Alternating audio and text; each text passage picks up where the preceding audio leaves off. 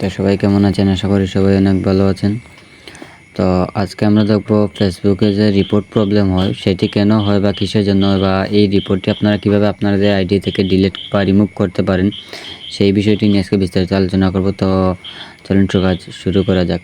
তো প্রথমে আপনাদের যে কাজটি করতে হবে, প্রথমেই চলে যেতে হবে আপনার যে ফেসবুক লাইট অ্যাপটি আছে এই লাইট অ্যাপের মধ্যে।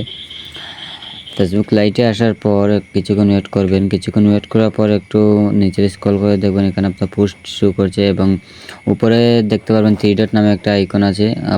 আপনারা উপরে 3 ডটের উপর একটা ক্লিক করবেন।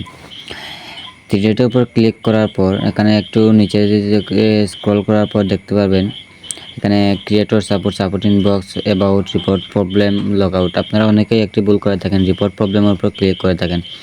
আপনার আইডি যদি কেউ রিপোর্ট করে বা ফেসবুক থেকে যদি কোনো রকম ভায়োলেশন আসে আপনার আইডিতে, তাহলে সেটি আপনার আইডিতে শো করবে এবং এটি ডিলিট করার জন্য এখান থেকে আপনাকে চলে আসতে হবে সরাসরি সাপোর্ট ইনবক্স নামের একটি অপশন আছে। এই সাপোর্ট ইনবক্সের উপর একটা ক্লিক করে দেবেন।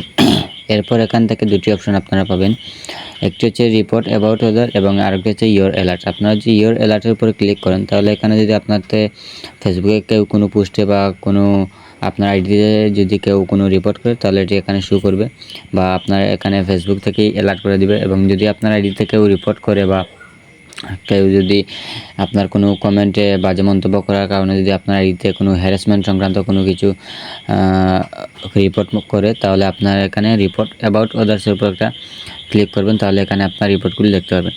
তো আমার এখানে দুইটি রিপোর্ট শো করছে। তো এই দুইটি রিপোর্টে এখন এগুলিও আপনারা এখান থেকে দেখতে পারবেন আপনার কোন কোন মেসেজে বা কোন কোন পোস্টের কারণে আপনাকে এখান থেকে কারা রিপোর্ট করেছে এবং কেনই বা রিপোর্ট করেছে এই কারণগুলো এখানে উল্লেখ করে দেওয়া হবে।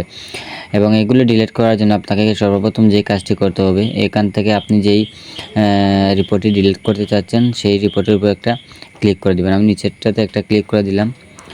এখানে ক্লিক করে দেওয়ার পর আমাকে কিছুক্ষণ ওয়েট করবে এবং এখানে যেখানে দেখতে পাচ্ছেন your feedback help us improve how we deal with spam, এবং এখানে নিচে লেখা আছে যে কেন আমাকে এই রিপোর্টটি করা হয়েছে এবং কত তারিখ কোন বছর কয়টায় এই রিপোর্টটি করা হয়েছে সব কিছু এখানে উপরে উল্লেখ করা আছে এবং কী বার সেটাও এখানে উল্লেখ করা আছে।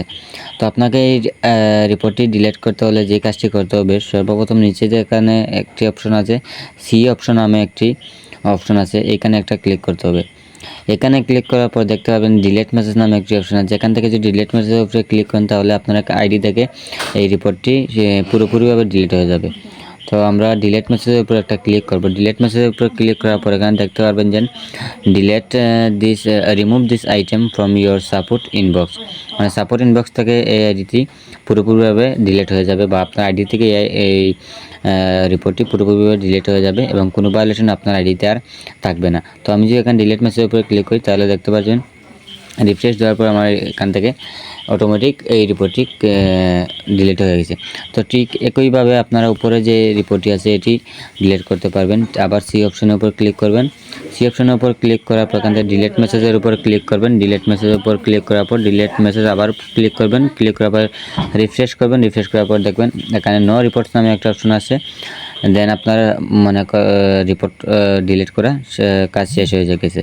তো এখান থেকে যদি আবার ব্যাকে আসেন, ব্যাকে আসার পর যদি আবার এখানে ক্লিক করেন তাহলে দেখবেন আপনার আইডিটার কোনো রিপোর্ট সংক্রান্ত কোনো কিছু নেই। দেন আবার যদি ইয়োর অ্যালার্টের উপর ক্লিক করেন তাহলে এখান থেকে দেখতে পারবেন আপনার আইডিতে আর কোনো কিছু নেই এবং আপনার আইডিটি পুরোপুরি সংরক্ষিত আছে। আপনার আইডিতে আপনার রিচ আইডির যে কিছু আছে সব কিছু এখান থেকে শো করতে পারবে। তো এই ছিল আজকের ভিডিও। ধন্যবাদ সবাইকে সাথে থাকার জন্য।